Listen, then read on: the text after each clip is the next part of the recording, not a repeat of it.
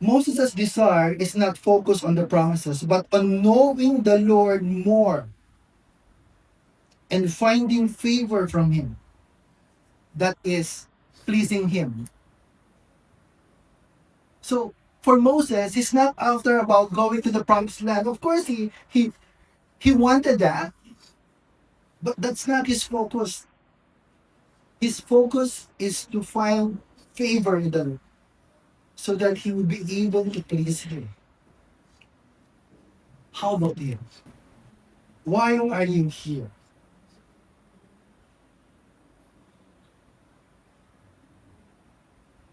Are you here because you want to know the Lord more and know how to please Him more? Well, I hope you are. I hope you are. But I hope that you are not here only because of God's promises.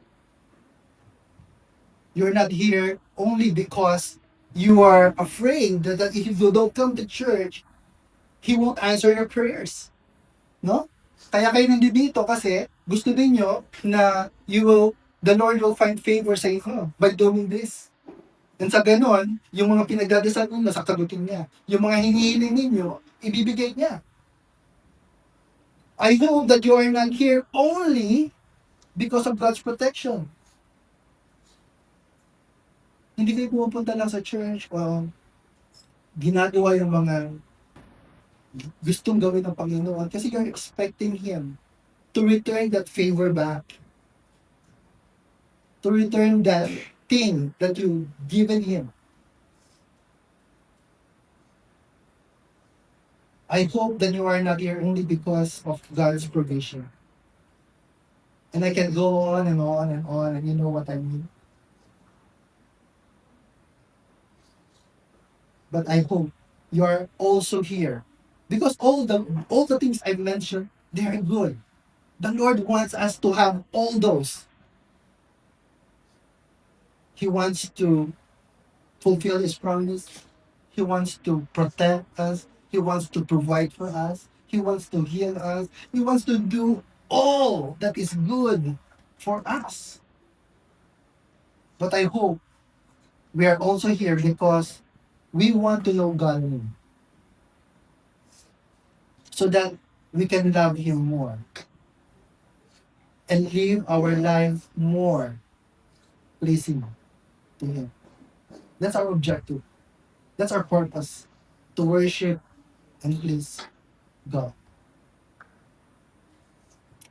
Like Moses, like Moses, I hope you as an individual and we as a church can also proclaim these words. Then Moses said to him, if your presence does not go with us, do not send us up from here.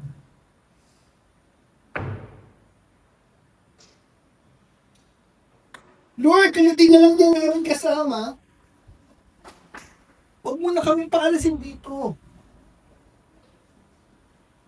If your presence, Lord, does not go with us, if you will not join us, Lord, don't send us up there. Di ba alito yung pangako? Never mind the protection. If you won't go, we won't move.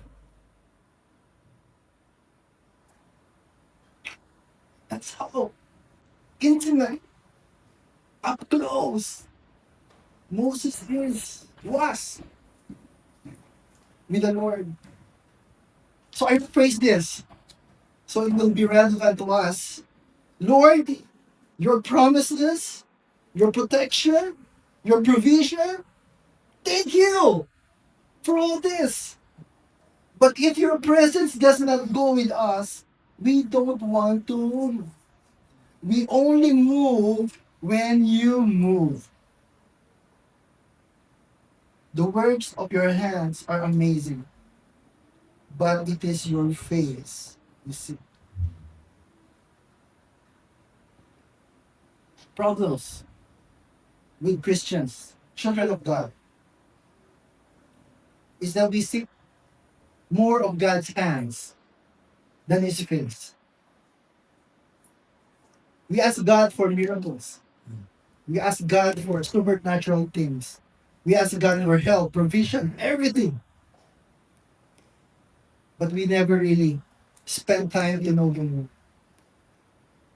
We want the benefits of His presence, but we neglect His presence most of the time in our lives. The psalmist understands this. Psalm chapter 27, verse 8. My heart says of you, my heart says of you, seek His face. Your face, Lord, I will seek.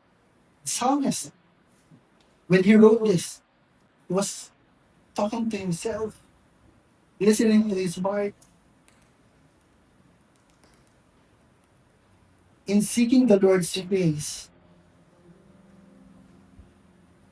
and again, it's not something we say because it is right for us to do so or nice to hear, or it steers our emotion. But every time we say, Lord, I want to seek your face. So it's not just about saying it. It's not about just making us feel good. Steering our emotions. Satisfying ourselves. Believing that if we say that thing, we will be blessed.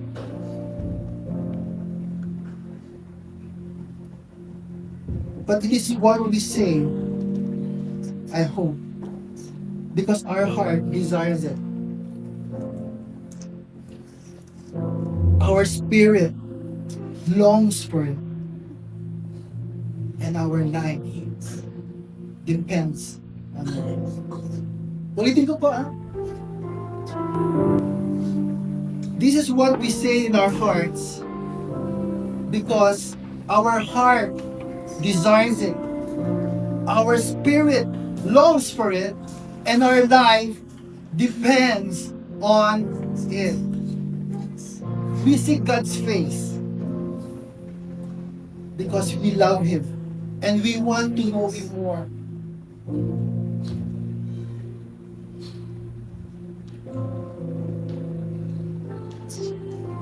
Three attributes of God that I like to point out.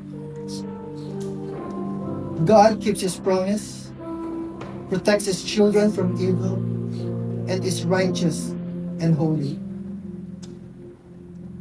But what I want you to also keep in your heart is this.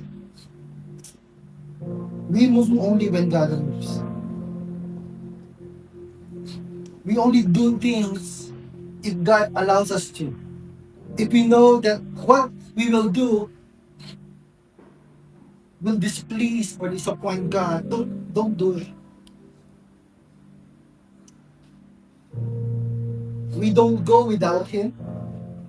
We don't go ahead of Him, but we move with Him.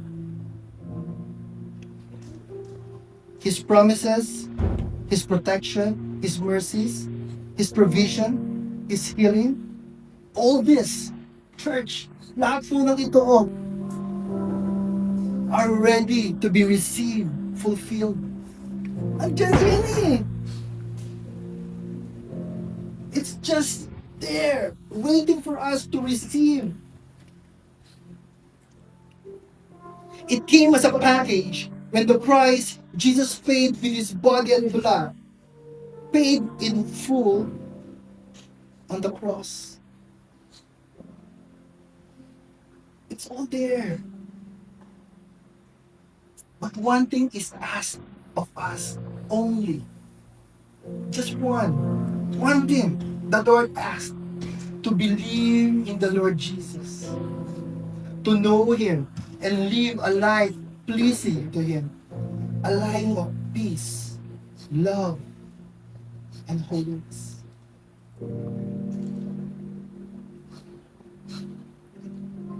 We move only when God moves.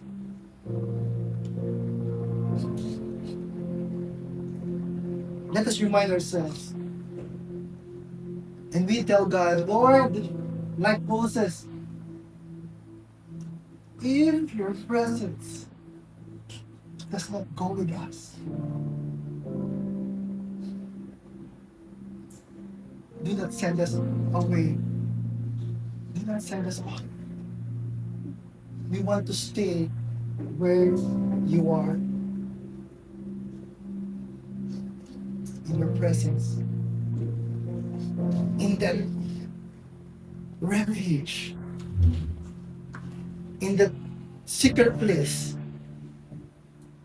where we can be intimate, close, speak, and converse with you face to face, like a friend, like a brother.